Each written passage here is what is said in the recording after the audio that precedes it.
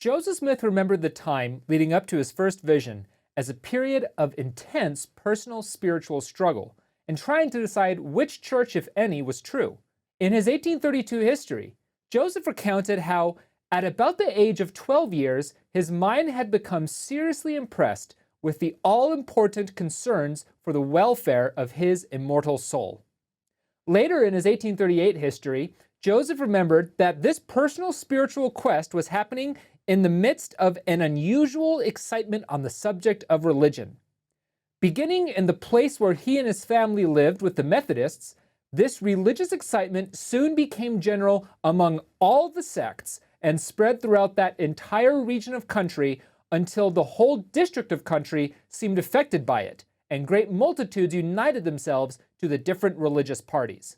This revivalism that Joseph remembered being exposed to as a young man was part of the broader historical phenomenon called the Second Great Awakening, a resurgence of Protestant religiosity in the early United States, which historians typically situate between the years 1790 and 1840.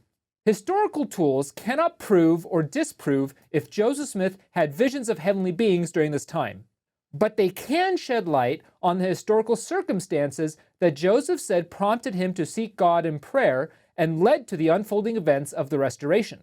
So what can we say about the historical backdrop to the first vision?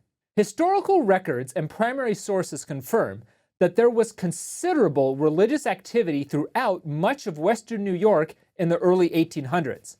During this time, multi-day Methodist revival meetings were regularly held throughout the region, featuring dozens and sometimes hundreds of preachers and attracting crowds in the thousands from miles around. In Palmyra specifically, one historian has noticed that a great revival of 1816 and 1817, which nearly doubled the number of Palmyra Presbyterians, was still in progress when the Smiths arrived in that area. The next year, in June 1818, a Methodist camp meeting was held on the outskirts of town, drawing in a crowd of around 2,000, twice the population of Palmyra itself, and featuring a high-ranking leader in the American Methodist Church. Another Methodist camp meeting with at least 1,000 people in attendance was held in Palmyra in June of 1820. In July 1819, the neighboring town of Phelps, also called Vienna, was the host of a major regional conference of the Methodist Church, bringing in around 100 preachers from all across western New York, northern Pennsylvania, and southern Canada. These preachers held camp meetings throughout the region as they traveled to and from the conference. Accounts of revivalism and major membership gains in other parts of western New York were reported directly in Palmyra and would have spread by word of mouth as people traveled as far as 50 miles or more to attend revival meetings and regional conferences. Joseph wasn't the only one to remember this extraordinary religious excitement at the time. A woman named Sarepta Marsh Baker attended some of these revival meetings around Palmyra as a teenager in either 1819 or 1820.